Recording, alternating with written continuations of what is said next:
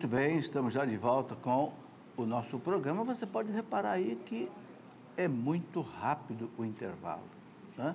Porque Canção Nova não tem propaganda, né? Então, quem mantém esse sistema de rádio, TV, internet, casas de missão no Brasil, fora do Brasil, quem mantém é você, que é um sócio contribuinte da Canção Nova. Isso é uma coisa maravilhosa. As coisas de Deus têm que ser mantidas com doações dos filhos de Deus. Sabe? Eu acho que nós não temos na igreja que ficar muito negócio de ficar fazendo rifa, ficar fazendo bingo. Não, nós temos que pagar o dízimo.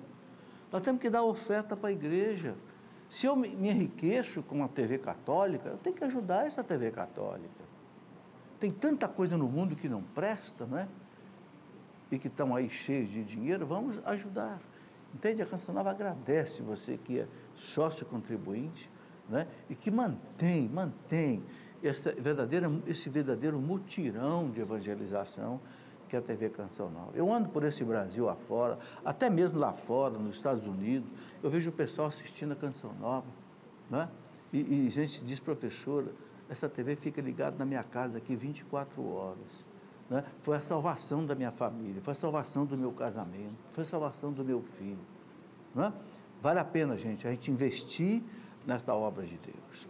Muito bem, eu quero mostrar aqui esse livro, O que é a doutrina social da igreja. A igreja tem uma proposta para o problema social do mundo, esse terrível problema social do mundo, a falta de justiça, pouca gente rica, muita gente pobre, esse problema, especialmente no Brasil. A igreja tem uma proposta, né? Não só para o Brasil, para o mundo. O Vaticano publicou, uns anos atrás, um compêndio de doutrina social da igreja.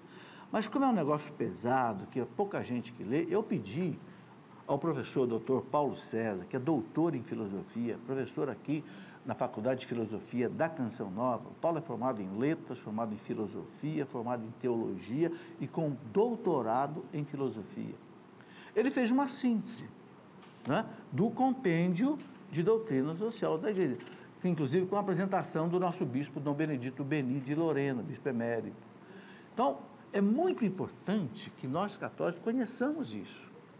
Você vem falar de capitalismo selvagem, comunismo, não sei o quê, marxismo, fica perdido nessas ideologias. A igreja tem a proposta do evangelho para resolver o problema da humanidade. Okay? Desde lá do Papa Leão XIII, 1890, todos os outros papas, Pio XI, Pio XII, Bento XV, Bento XVI, João Paulo I, João Paulo II, né? Papa Francisco, Paulo, todos eles escreveram encíclicas sociais. O que é isso daqui? É uma síntese daquilo que a igreja oferece. Por que o mundo vai mal? Porque o mundo nunca quis ouvir a igreja. Se o mundo ouvisse a igreja, não haveria essa situação que há hoje. 1% das pessoas do mundo tem 50% da riqueza toda na mão de 1% das pessoas. Por que falta essa distribuição? Porque não se aplica o evangelho. Então, a gente precisa conhecer a proposta da igreja, entende? A igreja não aceita conflitos, a igreja não aceita jogar irmão contra irmão, a igreja não aceita luta de classe, a igreja não aceita que se faça desapropriação de qualquer jeito. É a doutrina social da igreja. Nós precisamos conhecer essas coisas. Muito bem. Quero mostrar também esse livro que nós lançamos essa semana, Descerá sobre vós o Espírito Santo. Eu acompanho a Renovação Carismática Católica desde 1974, já há 41 anos. Sempre quis escrever um livro sobre toda essa experiência que eu vivi, o que é o batismo do Espírito Santo, o que são os dons, o que são os frutos do Espírito Santo, o que são os dons infusos, os dons carismáticos, não é? O que é uma vida no Espírito Santo. Então, descerá sobre vós o Espírito Santo. Fiquei muito feliz que o padre Marcelo Rossi quis fazer a apresentação desse livro, fez a apresentação. Quero mostrar também esse livrinho aqui, muito importante. Olha, muita gente gosta de rezar o ofício da Imaculada, não é verdade? Eu rezo todo dia, porque muitos santos rezavam o ofício da Imaculada. Só que tem uma série de expressões no ofício que muitas vezes a gente não entende.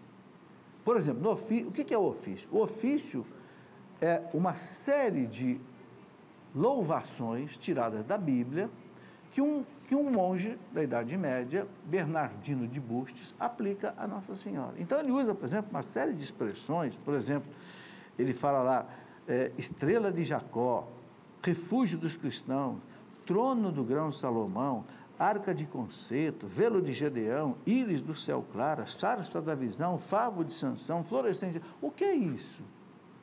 Então, este livro explica para você o que é cada termo desse que o ofício da Imaculada usa para uma louvação à Nossa Senhora Imaculada, ok? Então, é preciso a gente rezar, mas quando a gente reza, entendendo o que a gente está rezando, a gente não reza só com a boca, reza com a boca e reza com o coração. Muito bem, quero continuar aqui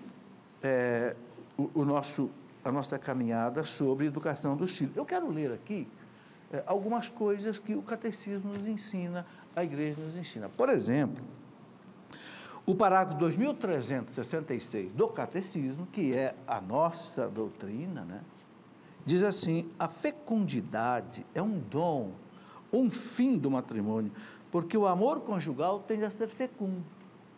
Onde existe o amor, existe fecundidade. Né? São Tomás de Aquino dizia assim: por que Deus criou o mundo? Porque a chave do amor abriu a mão de Deus e surgiram então os seres. O casal que se ama tem seus filhos. Né? E aqui diz o catecismo: a igreja está ao lado da vida e ensina que qualquer ato matrimonial deve estar aberto à transmissão da vida. Então, a igreja entende que todo ato sexual, todo ato deve estar aberto à vida. O casal não deve fazer uma limitação artificial. Né? Toda a encíclica Humanae Vitae, do Papa Paulo VI, já tratava disso desde 1967. Né? Aqui o parágrafo 2367 diz o seguinte: chamados a dar a vida, os esposos participam do poder criador e da paternidade de Deus. Os cônjuges sabem que no ofício de transmitir a vida e educar, o qual deve ser considerado como missão própria deles, são cooperadores do Deus Criador. Então, ser pai, ser mãe, é uma glória, é uma honra. Deus quis dividir conosco o seu poder criador. Deus não precisava de nós para gerar os filhos. Deus podia fazer assim, ó, e gerava todo mundo. Não, mas Deus quis que nós fôssemos cooperadores dele. Né? Não tem coisa mais extraordinária que um homem e uma mulher possam fazer na terra do que gerar um filho. Não tem, não tem. Essa máquina aí, maravilhosa de filmar, isso tudo um dia vai acabar. Um dia os aviões não vão voar mais. Um dia os navios não vão mais singrar os oceanos. Mas o teu filho não acaba nunca, porque ele é criado à imagem de Deus. Ele vai viver por toda a eternidade.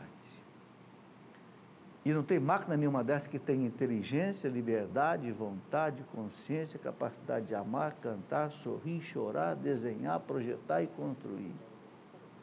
O seu filho tem. O seu filho tem umas mãos que ninguém tem uma inteligência que ninguém tem. Veja como os pais, né, aquele que gera um filho e educa um filho, participa da glória de Deus. Não é à toa que Santo Irineu, lá do século II, Santo Irineu dizia que o homem é a glória de Deus. Por quê? Porque foi criado à imagem de Deus. O Papa João Paulo II dizia assim: Deus não podia ter feito o homem e a mulher melhor. Não podia. Por quê? Porque fez a imagem dele. Deus não olhou uma figura, um modelo, para copiar o homem. Não, o Papa diz: Deus entrou dentro dele, olhou para ele e fez o homem à sua imagem e semelhança. Então o Papa diz: Deus não podia ter feito o homem mais bonito. Você pode pensar: não, mas tem gente feia. A beleza não está no físico. A nossa imagem e semelhança com Deus está na alma. Porque quando Deus fez o homem, Deus não tinha corpo. Deus era... Depois o Verbo se encarnou. Mas quando Deus fez o homem, Deus é puro espírito. Então, o que é a imagem e semelhança de Deus? É a alma. Não interessa se você tem 62 quilinhos ou se você tem 120. Interessa a tua alma. Ela é que é a imagem e semelhança de Deus. Né? Daí a beleza toda de dar a vida a um ser. Né? Ser é mais importante do que não ser. Existir é mais importante do que não existir. Por isso que a igreja fala na paternidade responsável que o casal deve ter todos os filhos que puder criar, todos. Eu posso ter 5, então 5. Eu posso ter 10, então 10. O que está errado no mundo, gente? O que está errado no mundo é que o mundo está de cabeça para baixo. Como assim de cabeça para baixo? Aquele casal que podia estar criando 10 filhos, podia formar 10 médicos, 10 engenheiros, 10 advogados, ele está criando 1, 2. Aquele que podia estar criando 1, 2, está criando 10. Não é verdade que você vai lá no sertão da Paraíba, de Pernambuco, da Bahia, de São Paulo também. Quantos filhos a senhora tem? Ah, só tem 10. Por quê? Ah, porque 3 morreram. E estão vivendo numa casinha de barro e bambu. Não é verdade isso? Aquele casalzinho ali tinha que estar criando um filho. Aquele outro mais. Então, o que se nota no mundo hoje? Os países ricos não têm filhos. E os países pobres não cheios de filhos. Quer ver uma prova? Passa nos bairros pobres. Você vai ver um monte de criança na rua, soltando pipa, jogando bola. Passa nos bairros ricos. Você não vê uma criança. Entenderam? Quer dizer, o negócio está de cabeça para baixo. A igreja quer desvirar isso. Quem pode criar mais, cria mais. De vez em quando, você vê aí um casal com 4 filhos, alguém chega e diz, você está ficando maluco? Você perdeu a cabeça. Maluco por quê? Eu tive 5 filhos. Eu conscientemente podia ter criado 10 filhos. Podia. Por quê?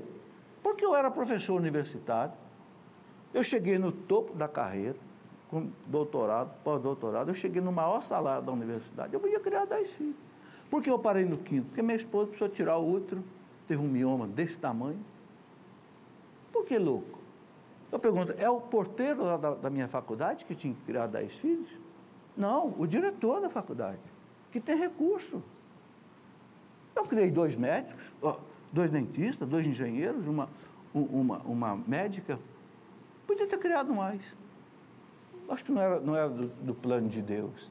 Então, é uma mentira essa história de que no mundo tem muita gente, que vai faltar comida. Que vai faltar comida? Só o que os Estados Unidos põe no lixo por ano daria para manter o Brasil inteiro comendo. Sabiam disso?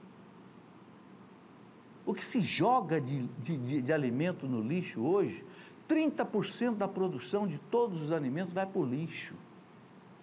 Ou porque falta armazenagem, ou porque falta embalagem, ou porque falta transporte. Vai para o lixo. Vocês viram esses dias aí, afundou um navio aí com 5.000 bois. Foi verdade, aqui no Pará. Quer dizer, há um desperdício no mundo incrível. E a Revolução Verde, a chamada Revolução da Biotecnologia, quadruplicou a produção de alimento. Um hectare de terra que o sujeito produzia ali, não sei, X sacas de café, com a melhoria da semente, a melhoria do adubo, a melhoria da qualidade, as pesquisas da Embrapa, o mesmo pedaço de terra que dava X sacas de café, dá 5X. Na engenharia genética aplicada à zoologia, à zootecnia, eu me lembro que meu pai era um pequeno sitiante, quando meu pai tinha uma vaca que desse 10 litros de leite, meu pai, campeão do mundo, se a vaca dá 10 litros de leite hoje, ela vai para o gancho, ela vai para o açougue, porque uma vaca boa hoje dá 40 litros de leite. A mesma vaca, comendo o mesmo capim, a mesma ração. Por quê? Porque a engenharia genética, a inseminação artificial, melhorou, quadruplicou a produção de leite. Tem fazendeiros nos Estados Unidos, na Europa, que são pagos pelo governo para não plantar, não produzir. Porque se produzir, cai muito o preço, não convém. Então não produz. O governo paga e fica em casa, não vai precisar. E vai dizer que está faltando comida no mundo? História para boi dormir. Entende? O que existe, e isso precisa ser bem entendido, é que as grandes instituições, tipo Rockefeller, Ford, querem simplesmente reduzir a população do mundo de 7 bilhões para 2 bilhões. Vamos eliminar os pobres, vamos deixar só uma elite vivendo. Espera aí, não é o plano de Deus. Não é o plano de Deus. Crescei, multiplicai e enchei a terra. Né? Claro, gente, é questão de viver as coisas direito. Né? O Papa Paulo VI falava o seguinte: não se trata de diminuir os comensais numa mesa, se trata de aumentar a comida. É aquela filosofia bem entendida aí pelos filósofos. Você tem 10 pessoas e tem 9 chapéus, mas existe uma regra, não pode ficar uma cabeça sem chapéu. Bom, você tem 10 cabeças, mas só tem 9 chapéus, então tem uma cabeça aqui sem chapéu. Nós temos que resolver esse problema. Ou nós arranjamos um chapéu a mais, ou nós cortamos uma cabeça. O mundo prefere cortar a cabeça. A igreja diz, não, vamos arranjar um chapéu a mais. Entenderam? Eu sei que tudo isso que eu estou falando aqui é uma coisa meio estranha para muita gente, mas é o que a igreja ensina. Entende? Eu nunca vou dizer para um casal que vive mal, brigando, que não tem recurso, que vai ter filho, mas eu digo com toda tranquilidade, um casal que vive bem, que tem fé, que tem um recurso, que possa criar os filhos, não deixe de ter filho. Sabe por quê? Porque a Bíblia diz assim, que o filho é um dom de Deus. Se você pegar o Salmo 126, tem gente achando hoje que o filho é uma maldição. A igreja diz, não. Olha aqui, Salmo 126, vede, os filhos são um dom de Deus, é uma recompensa o fruto das entranhas, tais como as flechas na mão do guerreiro, assim são os filhos gerados na juventude. A juventude é a melhor hora de ter filho. Por quê? Todo mundo sabe. A melhor hora da mulher dar à luz é quando ela tem 20 anos de idade. A primípora idosa, aquela mulher que já vai dar à luz lá nos 35 anos, já fica muito mais difícil. A bacia já não tem mais a mesma flacidez, né? Eu me lembro que a minha esposa deu à luz a primeira vez com 22 anos, nascia que nem quiabo, né? Tinha que correr, senão nascia no carro. E foram 5 partos naturais. Porque na juventude é mais... Então, ele diz aqui, né? É uma recompensa o fruto das entranhas. Tais como as flechas na mão do guerreiro, assim são os filhos gerados na juventude. Feliz o homem que assim encheu a sua aljava. O que é aljava? Aljava é aquela bolsa que o guerreiro carrega aqui atrás das costas, né? O caipira chama de embornar. Não é isso? Então ele fala assim, os filhos na juventude são como o guerreiro que carrega aqueles monte de flecha. Ora, o guerreiro sem flecha não vale nada. Porque não adianta só o guerreiro ter o arco, não, ele tem que ter as flechas. Então ele compara os filhos com as flechas. Gente, no ano 2000, o Papa João Paulo II fez aquele jubileu, né? Jubileu dos jovens, jubileu das famílias, jubileu dos casais, jubileu dos militares.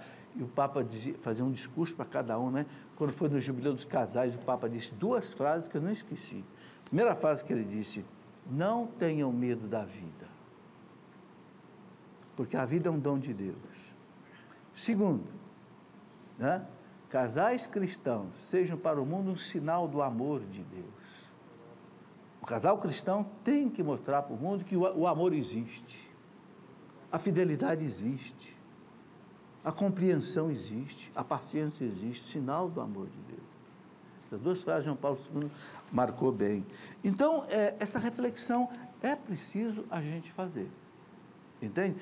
Eu não estou querendo aqui, entende, jogar pedra em ninguém, porque todo mundo foi atingido por esse medo, todo mundo. Todas as famílias. O medo de ter filho. É geral. Se eu tiver que jogar pedra, todos nós vamos ficar apedrejados. Tem algumas pessoas que conseguem escapar disso. São raros. Mas é preciso pensar. Porque a igreja ensina que os filhos é uma bênção. Está aqui, olha. Né? Chamados a dar a vida, os esposos participam do poder criador. Olha o que diz o parágrafo 2373. Eu vou falar e a gente vai para o intervalo. A Sagrada Escritura e a prática tradicional da igreja veem nas famílias numerosas um sinal da bênção de Deus e a generosidade dos pais.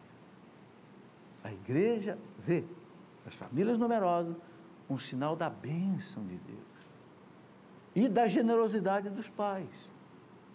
Entende? Então, gente, por favor, não leve em consideração se o professor está puxando a orelha aqui de todo mundo. Não, não é isso. Eu estou fazendo uma reflexão. E eu quero dizer para você que é jovem, você que vai se casar. Nós que já somos velhos, já passamos da hora de ter filho, né? A gente sabe que uma mulher de 40 anos de idade, ela só tem 10% de chance de engravidar, né? Com 35% tem uma chance de 30%. Então, lá na juventude é que tem quase que 100% de chance de engravidar, né? Então, eu quero falar para os jovens, não tenha medo da vida. A maior alegria que eu tenho na minha vida são os meus filhos, sempre foram. E agora os netos, né? Meu pai dizia que a alegria de velho é ser avô. É verdade, a alegria de velho é ser avô, ver as crianças brincar, né? Vamos para o intervalo, a gente volta já.